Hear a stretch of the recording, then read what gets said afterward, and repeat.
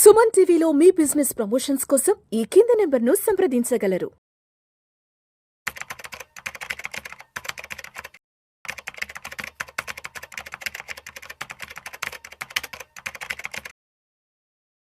నమస్తే, welcome to Vishnu talks. నేను మీ విష్ణు. ప్రస్తుతం నాతో పాటు సర్టిఫైడ్ ఫైనాన్షియల్ ప్లానర్ తుమ్మా బాలరాజ్ గారు ఉన్నారు. వారితో మాట్లాడదాం. సార్ నమస్తే. సార్ బాలరాజ్ గారు. నమస్తే అండి.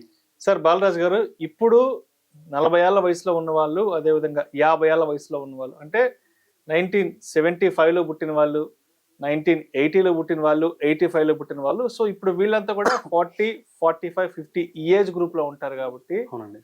సో ఫైనాన్షియల్ ప్లానింగ్ విషయంలో మరి ఈ ఏజ్ గ్రూప్ వాళ్ళు ఫైనాన్సెస్ ని ఏ విధంగా మేనేజ్ చేసుకోవాలి అంటారు, ఫైనాన్షియల్ ప్లానింగ్ అనేది ఏ విధంగా చేసుకోవాలి అంటారు?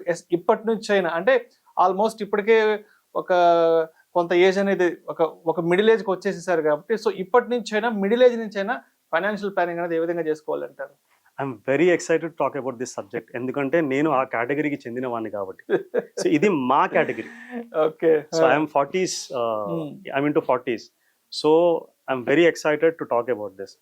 సో ఏం చేయాలనే ముందు కూడా మా జర్నీ ఎలా సాగింది చిన్నప్పటి నుంచి ఇప్పటి వరకు అనేది మనం మాట్లాడుకుందామండి. So I'm feeling very happy to talk about this. So మా జనరేషన్ స్పెషల్ జనరేషన్ అండి. ఇప్పుడున్న సంబడి ఎవరైతే 30sలో ఉన్నారో, 20sలో ఉన్నారో, వాళ్ళకంటే యునిక్ ఎక్స్పీరియన్సెస్ మాకు ఉన్నాయి. సో మా చైల్డ్హుడ్లో మొబైల్ ఫోన్లు లేవు, టెలివిజన్లు లేవు, ఇంకా ఎటువంటి సోషల్ మీడియా లేదు, ఇవన్నీ ఏమీ లేవు. We had a blissful life. నేనేమైతే విషయాలు చెప్తున్నానో కొందరికి ఆ ఎక్స్పీరియన్సెస్ ఉండకపోవచ్చు, క్షమించండి. మీకు వేరే ఏమైనా డిఫరెంట్ ఎక్స్పీరియన్సెస్ ఉంటే ప్లీజ్ కామెంట్స్లో మీరు రాయండి. సో మేము చిన్నగా ఉన్నప్పుడు స్కూల్స్కి వెళ్ళే వాళ్ళమండి. ఇప్పుడు ఉన్నట్టు ఇంటర్నేషనల్ స్కూళ్ళు అవన్నీ కూడా లేవు, కార్పొరేట్ స్కూల్స్ అవన్నీ ఏమీ లేవు. మేము స్కూల్స్కి వెళ్ళినప్పుడు ఇంటి దగ్గర స్కూల్కి వెళ్ళే వాళ్ళము. ఉంటే కాన్వెంట్ స్కూల్స్ కొన్ని ఉండేటివి. ఇప్పుడు ఉన్న విధంగా మాకు ట్రాన్స్పోర్ట్లు, బస్సులు అవి ఇవి ఏమి ఉండేది కాదు. సో ఇంటి పక్కన వాళ్ళతోని వాళ్ళ చేయబట్టుకొని నడుచుకుంటే, పెద్దవాళ్ళు ఎవరైనా ఉంటే వాళ్ళ చేయబట్టుకొని స్కూల్కి వెళ్ళేది. సో పేరెంట్స్ దించడం అది కొంచెం తక్కువగానే ఉండదు అన్నమాట. ఎవరికైతే ట్రాన్స్పోర్ట్ ఫెసిలిటీ ఉందో, బైకులు ఉన్నాయో వాళ్ళు దించేవాళ్ళు. కానీ అప్పుడు సైకిల్ మీద కూడా తీసుకెళ్లి దించేవాళ్ళు. అప్పుడు బైక్ ఉండడం చాలా పెద్ద విషయం. సో మాకు స్కూలింగ్ అలా ఉండేదండి. దాంతోపాటు స్కూలింగ్ నుంచి ఇంటికి వచ్చిన తర్వాత టీవీ ముంగడ కూర్చొని గేమ్లు ఆడడం అవి ఇవి మేము చేసేవాళ్ళం కాదు. గేమ్స్ మనుషులతో ఆడేవాళ్ళం, తోటి పిల్లలతో ఆడేవాళ్ళం. సో అప్పుడు మా గేమ్స్ ఏ విధంగా ఉండేటి అని అంటే, మేము మార్బల్స్ ఆడుతుండే. సో స్కూల్కి వచ్చిన తర్వాత బ్యాగ్ పడేసి ఫ్రెష్ అప్ అయిపోయి చెడ్డీలు వేసుకొని, చెడ్డీలలో గోళీలు వేసుకొని, మార్బల్స్ వేసుకొని బయటికి వెళ్ళిపోయి గోళీలు ఆడేవాళ్ళం. సో ఆ గోళీలు ఆడడం వల్ల మాకు లైఫ్ స్కిల్స్ వచ్చాయి, లైఫ్ స్కిల్స్ నేర్చుకున్నాం.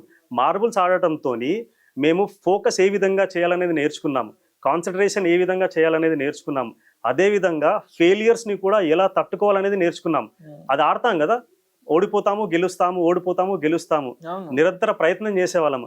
మేము మార్బుల్స్ ఆడేవాళ్ళము, గిల్లిదండులు ఆడేవాళ్ళము, కొందరు కర్రాబిల్ల అంటారు దాన్ని. దాంతోపాటు మేము క్రికెట్ ఆడేవాళ్ళము. క్రికెట్లో ఎంతమంది ఉంటారండి? 11 మంది ఉంటారు. కానీ మేము, మా జనరేషన్ వాళ్ళు, ఒక్కొక్క టీంలో 20 మెంబర్స్ కూడా ఉండి ఆడేవాళ్ళం. అంతమంది జమ అవుతుండే ఆడాలంటే. సో అప్పుడు చాలా మంది, ఇది నేను చెప్పేది బస్తీలలో ఉండే వాళ్ళకి, కాలనీస్లో ఉండే వాళ్ళ గురించి చెప్తున్నాను నేను. కొందరికి వేరే ఎక్స్పీరియన్సెస్ ఉండొచ్చు అనమాట. దాంతోపాటు మేము మారన్ పీటీ ఆడుతుండే, రబ్బర్ బాల్తోని ఇసురు కొట్టుకోవడము, 7 స్టోన్ గేమ్స్. దాంతోపాటు మేము ఈ బూగా అంటామండి, మేము డ్రాగన్ ఫ్లై ఉంటుంది కదా, దాన్ని బూగా అంటాం. వాటిని కూడా పట్టుకుంటుండే మేము. సో వాటిని కూడా క్యాచ్ చేసి దానికి దారాలు కట్టి మేము ఆడుకునే వాళ్ళము. సో సమ్మర్ వచ్చిందంటే, సమ్మర్ హాలిడేస్ వచ్చినా కానీ, దసరా అండ్ సంక్రాంతి హాలిడేస్ వస్తాయి కదా, అప్పుడు వచ్చినప్పుడు ఇప్పుడున్న విధంగా మాకు సైకిళ్ళు ఉండేటివి కాదు, ఇంట్లో బైకులు ఉండేటివి కాదు. సో సైకిళ్ళు మేము బయటికి వెళ్ళి రెంట్కి తెచ్చుకునే వాళ్ళము. 50 పైసలకు చిన్న సైకిల్ వచ్చేది, 50 పైసలకి చిన్న సైకిల్ వచ్చేది. గంటకి 50 పైసే, 75 పైసకి కొంచెం పెద్ద సైకిల్, 1 రూపీకి పెద్ద సైకిల్ వచ్చేదనమాట.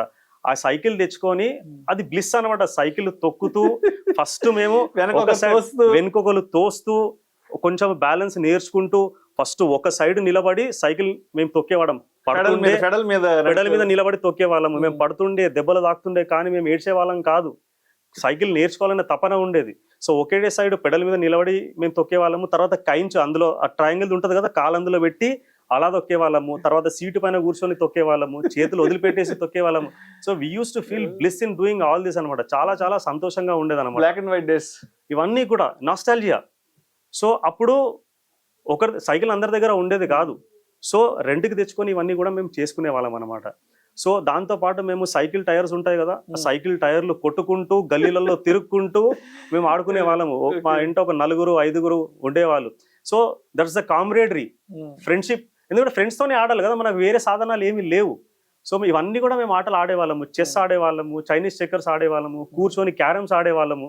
ఇవన్నీ కూడా మా చైల్డ్హుడ్ మెమరీస్, మా చైల్డ్హుడ్ డేస్ అనమాట. Television was very scares. TV కూడా ఉండేది కాదు అప్పుడు. 90s వరకు టీవీ ఉండడం అంటే చాలా పెద్ద విషయం. ఒక విలేజ్ లో 90s 90వ దశకం వరకు టీవీ రావడం, టీవీ చూడడం అంటే చాలా పెద్ద విషయం.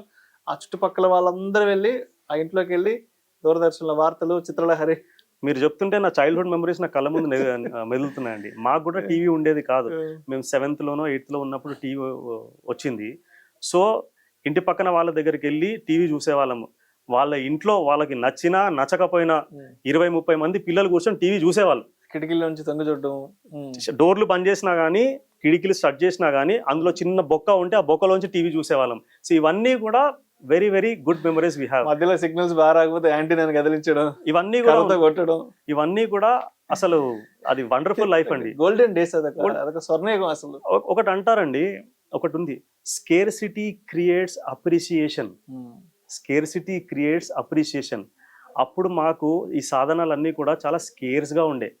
ఉన్న దాంట్ని మేము జాగ్రత్తగా వాడుకునే వాళ్ళము. ఉన్న రిసోర్సెస్ అన్నిటిని కూడా జాగ్రత్తగా వాడుకునే వాళ్ళము.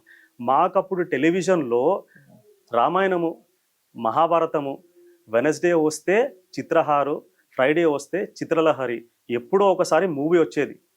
ఇవన్నీ కూడా ఫుల్ ఫోకస్డ్గా కాన్సన్ట్రేషన్తోని చూసి చాలా ఎంజాయ్ చేసేవాళ్ళం. ఆదివారం పొద్దున టెలిస్కూల్ వచ్చేది. టెలిస్కూల్ ఆదివారం అన్నారు కాబట్టి నాకు గుర్తుకొస్తుంది, జంగల్ బుక్ వచ్చేది అప్పుడు. రైట్. సో జంగల్ బుక్ వచ్చినప్పుడు అట్లా కూర్చొని చూసేవాళ్ళం. హీమ్యాన్ ప్రోగ్రామ్ వస్తుండే, జంగల్ బుక్, హీమ్యాన్, ఇవన్నీ చూస్తూ చాలా చాలా సంతోషపడేవాళ్ళం. ఇప్పుడు చూడండి మనకి ఎన్ని ఓటీటీస్ ఉన్నాయి, ఎన్ని ఛానల్స్ ఉన్నాయి. ఏమి చూడాలని డిసైడ్ చేయడానికే మనకు 10, 15, 20 నిమిషాలు పడుతుంది. మనం మూవీ చూస్తాము కానీ ఆ మూవీ పైన మొత్తం కాన్సన్ట్రేషన్ ఉంటుందా? ఆ మూవీ చూసిన తర్వాత మనం ఆ స్టోరీ గుర్తుంటుందా? కానీ మీరు ఒక్కసారి ప్లీజ్ ఫ్రెండ్స్, మీరు ఒక్కసారి గుర్తు తెచ్చుకోండి, మీరు చిన్నప్పుడు చూసిన మూవీస్ ఏమైతే ఉన్నాయో ఆ మూవీస్ మళ్ళీ ఇప్పుడు చూస్తే మీరు సీన్ బై సీన్ మీకు గుర్తుకొస్తుంది. అక్కడికి వెళ్ళిపోతాం. ఒక 30 ఏళ్ళు వెనక్కి వెళ్ళిపోతాము. సీన్ బై సీన్ అప్పుడు చూసిన మూవీస్ ఏమైతే ఉన్నాయో ఇప్పుడు మనకు గుర్తుకొస్తుంది. కారుదిద్దిన కాపురం అప్పుడు కొంచెం ఎంటర్టైనింగ్ గా, కామెడీగా ఉండేది. అప్పుడు ఎవరితో కూర్చొని చూసే కూడా గుర్తొచ్చేస్తుంది. ఇప్పుడు scene by scene, dialogue by dialogue గుర్తుంటది. కానీ ఇప్పుడు మనకి ఎందుకు గుర్తు రావట్లేదు? Because we're not living in the present. Either we're living in the past or either we're worrying about the future. We're not living in the present. కానీ మేము మా చిన్నతనంలో ప్రెసెంట్ లో జీవించే వాళ్ళం. రిసోర్సెస్ కొంచెం ఉన్నా కానీ వాటిని వాడుకునే వాళ్ళం. సో డబ్బు లేకపోయినా, కొనుక్కోవడానికి డబ్బు లేకపోయినా కానీ మాకు ఆనందం దొరకడానికి ఎటువంటి సందేహం లేకుండే. సో ఆడాలనుకోండి, మార్బుల్స్ కొనడానికి డబ్బులు లేకపోతే చింతగింజలతో ఆడుతుండే. టామరిన్ సీడ్స్ ఉంటాయి కదా, ఆ టామరిన్ సీడ్స్ తో ఆడుతుండే. చిన్న గులకరాళ్ళు అంతే, రాళ్లతో ఆడుతుండే, టామరిన్ సీడ్స్ తో ఆడుతుండే. అవి కూడా గుండ్రంగా అయిపోయేటి అంతే. దాంతో పాటు ఇవి కస్టర్డ్ యాపిల్ సీడ్స్ ఉంటాయి కదా, ఆ సీడ్స్ తోని ఆడుతుండే. వనగన్ల పీట ఆడుతుండే మేము. సో తొక్కుడు బిల్ల, ఇవన్నీ కూడా మేము ఆడేవాళ్ళం. So our life was very very beautiful and we had very wonderful memories. దాంతో పాటు ఇప్పుడు పిల్లలని పక్కింటి వాళ్ళ ఇంట్లోకి పంపించి వాళ్ళు ఆడుకోవడానికి వదిలిపెట్టాలంటే మనకు చాలా భయం అవుతుంది, ట్రస్ట్ లేదు. కానీ మనము చిన్నగా ఉన్నప్పుడు పక్కింటి వాళ్ళ ఇంట్లోకి వెళ్ళి ఆడుతున్నా కానీ మన పేరెంట్స్ నిశ్చింతగా ఉండేవాళ్ళు. ఆ ట్రస్ట్ ఫ్యాక్టర్ ఉండేది. పొద్దుస్తమానం రోడ్డు మీద ఆడేవాళ్ళం, ఇంటి ముందు ఆడేవాళ్ళం. అంతే కదా. అవును. సో అప్పుడు మనకు గ్యాస్ స్టవ్స్ లేవు, అప్పుడు కిరోసిన్ స్టవ్స్ ఉండేవి. కిరోసిన్ తీసుకురావాలంటే రేషన్ షాప్ కి వెళ్ళేసి కిరోసిన్ తీసుకొని వచ్చే పరిస్థితులు. బియ్యము, గోధుమలు రేషన్ షాప్ కి వెళ్ళి క్యూలో నిలబడి తెచ్చుకునేది. అంతే కదా. ఇంకొకటి మనకు చాలా చాలా స్కేర్సిటీ ఉండే. పక్కింటి వాళ్ళు వేరే వాళ్ళలాగా మనం చూసేవాళ్ళం కాదు. మన జనరేషన్ పక్కింటి వాళ్ళు మన ఇంట్లో వాళ్ళే, మన వాళ్ళే అని చూసుకునే వాళ్ళు. వాళ్ళ ఇంట్లో ఫంక్షన్ అయినా, వాళ్ళ ఇంట్లో పెళ్లిళ్ళు అయినా కానీ ఏదైనా హెల్పింగ్ హ్యాండ్ ఉండేది. ఏదైనా కూరలో కూడా ఇచ్చిపుచ్చుకునే వాళ్ళని. అంతే కదా. ఇంట్లో ఈ కూర చేసిన, మీరు రెసిపీ చేసిన, తీసుకోండి మీరు కూడా అని. ఇచ్చిపుచ్చుకునేది ఇది, ఆ రిలేషన్షిప్, ఆ బాండింగ్ అనేది ఉండేది. కానీ ఇప్పుడు సన్నగిలింది అది.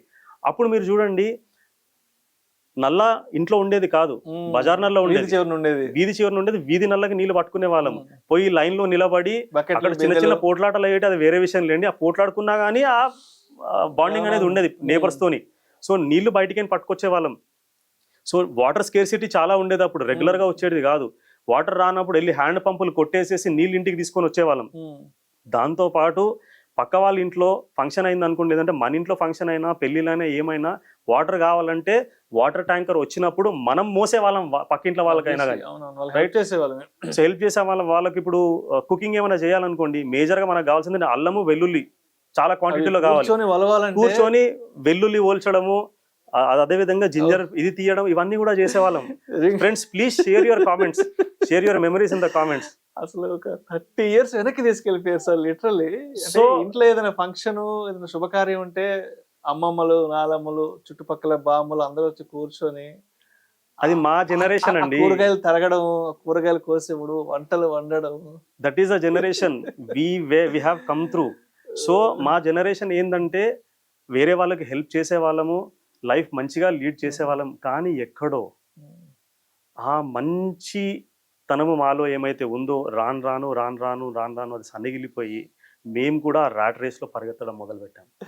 నాకు అనిపిస్తుంది అప్పుడప్పటి నుంచి, ఈ 2000 తర్వాత ఈ సాఫ్ట్వేర్ ఉద్యోగాలు ఎక్కువైపోయిన కాడి నుంచి, సో ఈ గోల్డెన్ డేస్ అన్ని మిస్ అయిపోయాం అనిపి. ఎందుకంటే 2000 నుంచి కంప్లీట్ చేంజ్ అనేది స్టార్ట్ అయిపోయింది. ఎప్పుడైతే టెక్నాలజీ వచ్చి రీప్లేస్ అయిందో 2000, 2001 నుంచి, సో అప్పటి నుంచి అందరి మధ్య గ్యాప్ వచ్చేసింది. అయితే స్కూల్లో మంచి లైఫ్ ఉండేది. కాలేజ్ విషయానికి వస్తే దాంతోపాటు మేము గణేష్ ఫెస్టివల్ వస్తే సంవత్సరం ముందు నుంచే చందాలు వేసుకొని, ఇండివిజువల్ కాంట్రిబ్యూషన్ చేసుకొని, డబ్బు జమ చేసి, ఇంటి నేబర్స్ దగ్గరికి వెళ్ళేసి చందాలు వసూలు చేసుకొని, ఆ పండాలు అంటాం కదా, పండాలు కూడా మేము కట్టుకునే వాళ్ళం. పందిర్లు మేము కట్టుకునే వాళ్ళం. వాళ్ళకి డబ్బులు ఇచ్చేసి వాళ్ళు డబ్బులు చేసేవాళ్ళు కాదు, మేము పందిర్లు కట్టుకునే వాళ్ళము. గణేష్ తీసుకురావాలంటే ఇక్కడ ధూల్పేట్కి వెళ్ళేసేసి గణేష్ని అదొక సరదా, అదొక పండుగ. గణేష్ని తీసుకురావాలంటే, ట్రాలీలో గణేష్ని తీసుకురావాలంటే ఆ excitement we're not feeling now. So గణేష్ని తీసుకొచ్చేసేసి అదొక ఎక్స్పీరియన్స్. 10-11 రోజులు గణేష్ని పెట్టేసేసి రోజు అక్కడ ఉండి పూజలు చేసి ప్రసాదాలు తింటూ, ప్రసాదాలు పంచుతూ, అసలు వండర్ఫుల్ ఉండే అండి. 11 రోజుల తర్వాత గణేష్ని తీసుకెళ్లి ఇమోషన్ ఈవినింగ్ 7 గంటలకు 8 గంటలకు మొదలు పెడితే నడుచుకుంటూ మార్నింగ్ వరకు, ఇప్పుడు కూడా చేస్తున్నారు youngsters, no doubt about it. Even we also did. Morning వరకు 6-7 అయిపోయేది నిమజ్జనం చేసి వచ్చే వరకల్లా. We had wonderful days. College విషయానికి వస్తే ఇప్పుడున్నట్టు ప్రెషర్ అప్పుడు ఉండేది లేదు మాకు. కొందరికైతే ప్రెషర్ ఉండేది. కొందరు good students use to go to coaching for EAMCET. And అప్పుడు ఇంకొక విషయం ఏంటంటే, ఓన్లీ మెడికల్, ఇంజనీరింగ్, ఈ 2 మాత్రమే టాప్లో ఉండేది. ఈ 2 చదివిన వాళ్ళకే లైఫ్ ఉంటుంది, మిగతా స్ట్రీమ్స్ చదివిన వాళ్ళకి లైఫ్ ఉండదనే ఒక ధోరణి సొసైటీలో ఉండేది. చదివితే మెడికలే చదవాలి, లేకపోతే ఇంజనీరింగే చదవాలి. ఎంపీసీ బైపీసీ, మీరు సిఈసీ చేసిర్రా, బీకామ్ చేసిర్రా, ఇంకా బిఏ చేసిర్రా, ఇవన్నీ కూడా పనికిరావు. బిఎస్సీ చేసిరా, ఇవన్నీ కూడా పనికి రాకుండా ఉండేది అనమాట. We also had very good college life. So college life అంటే గుర్తుకొస్తుంది, ప్రేమదేశం అనే మూవీ వచ్చింది అప్పుడు. అసలు సో ప్రేమదేశం అనే మూవీ అసలు ఎంత ఆ ఇమోషన్ ఎక్స్ప్లెయిన్ చేయలేకపోతున్నాను. సో ఫ్రెండ్స్, మీకు గుర్తుంటుంది. సో మేము మా కాలేజ్లో ఉన్నప్పుడు దాదాపు 35 friends went to that movie. 35 people. So 35 మంది వెళ్ళాము.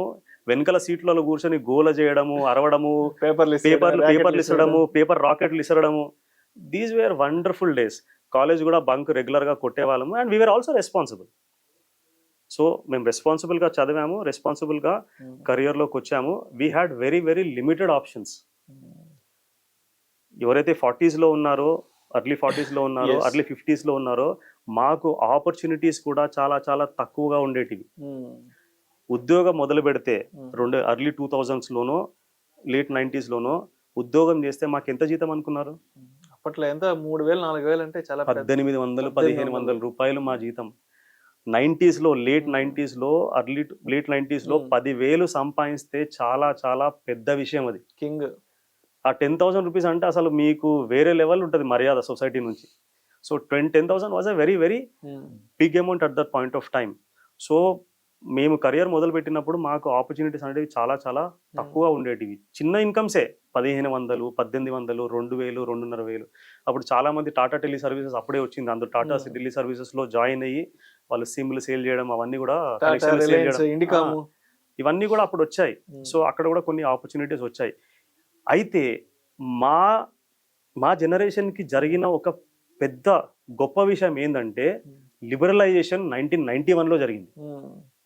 1991 లిబరలైజేషన్ కాకపోతే పరిస్థితి చాలా దారుణంగా ఉండేది. ఇంకోటి ఏంటంటే మాకు ఇన్ఫ్రాస్ట్రక్చర్ ఉండేది కాదు, రోడ్లు మంచిగా ఉండేటివి కాదు, పవర్ ఉండేటిది కాదు. సో ఇప్పుడు ఎంతమంది క్యాండిల్స్ పెట్టుకొని చూసుకుంటున్నారో లేదో కానీ మాకు క్యాండిల్ రెగ్యులర్ గా ఉండేది. కంపల్సరీ ఇంట్లో క్యాండిల్ ఉండాలి. కిరోసిన్ బుడ్డీలు క్యాండిల్ కంపల్సరీ అనమాట. కంపల్సరీ 2 గంటలు 3 గంటలు 4 గంటలు కరెంట్ ఉండేది కాదు.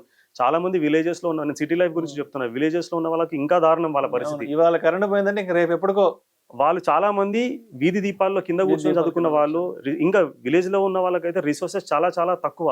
చాలా మంది గవర్నమెంట్ స్కూల్లో చదువుకొని ఇంగ్లీష్ రాదు, సిటీకి వచ్చారు, ఇంగ్లీష్ రాకపోయినా కానీ వాళ్ళు కష్టపడి చాలా చాలా ఎఫర్ట్ వేసి they have come up in life.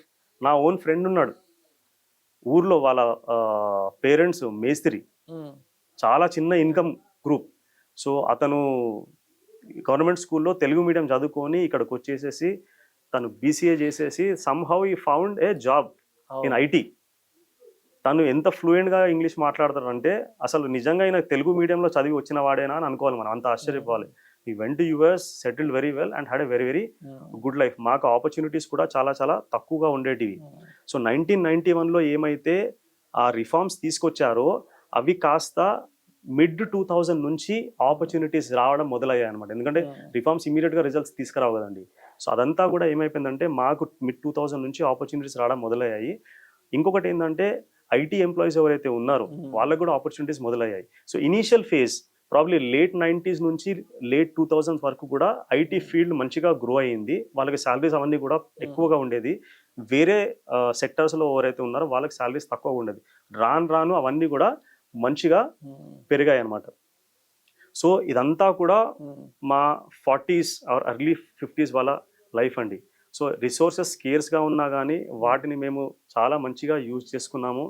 ఈరోజు మా రెస్పాన్సిబిలిటీస్ అన్నీ కూడా మంచిగా మేము ఫుల్ఫిల్ చేస్తూ ఉన్నాము.